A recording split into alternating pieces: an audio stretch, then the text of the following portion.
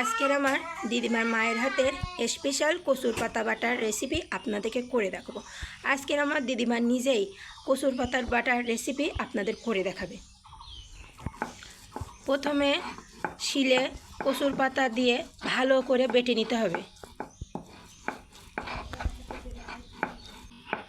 কচুর পাতা যত ফিনিশ হবে তত তাতে স্বাদ হবে।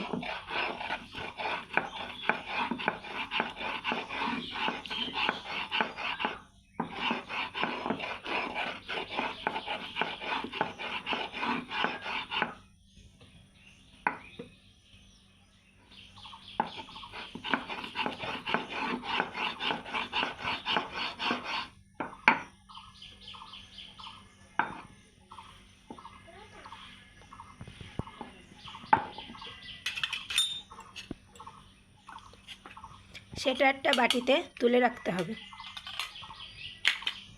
তুলে নেবার পর শুকনো ঝাল, কাঁচা ঝাল,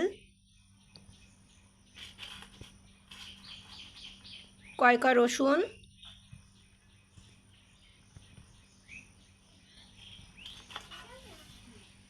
সর্ষে আর জিরে শিলে দিয়ে নিতে হবে।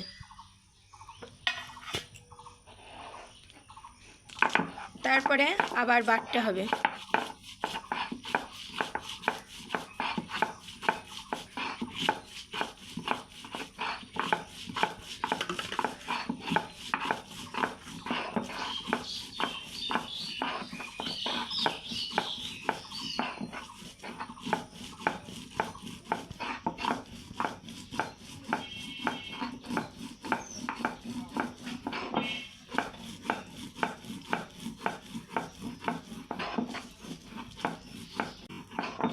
আপনারা যত ভালো করে বাটবেন জিনিসটা স্বাদ তত আরও সুস্বাদু হবে। এবার শিল থেকে সবগুলো ভালো করে পরিষ্কার করে বাটিতে আবার পুনরায় তুলে নিতে হবে।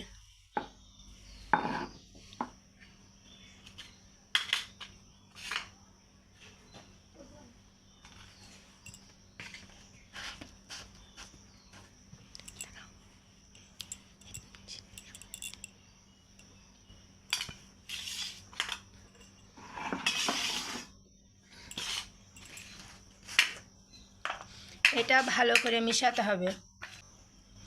এতে সামান্য লবণ,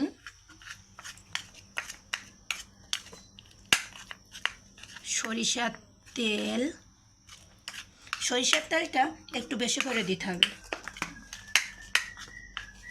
তারপরে এটা ভালো করে আবার মাখাতে হবে।